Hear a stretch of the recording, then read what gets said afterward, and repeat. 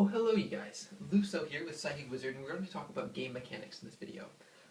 So first off, the basics of the game. You and your opponent both start out with 8,000 life points, and you try to reduce your opponents down to 0. You use a combination of monsters as well as spell and traps to take and reduce your opponent's life points to 0. And so here's how the field is set up. You have your deck zone here, which can contain 40 to 60 cards. You have your extra deck here, which can contain up to 15 cards. You have a field spell card zone, which there can be one field spell in play between you and your opponent. You have your graveyard, which is where cards go after they've been activated. Then you have 5 monster card zones and 5 spell and trap card zones. Cards that have been banished are just off of the field somewhere, and then you have like the rest of the cards you've drawn so far in your hand.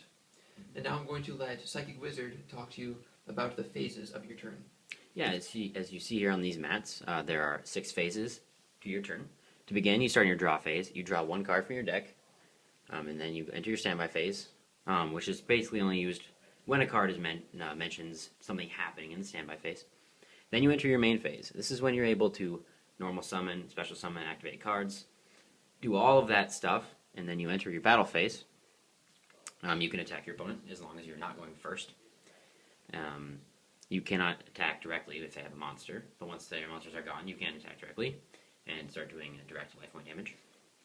Then you can go into your main phase 2. You can normal summon if you haven't yet. You can still activate spells and traps. You can special summon all you want, but you won't be able to attack the rest of the turn.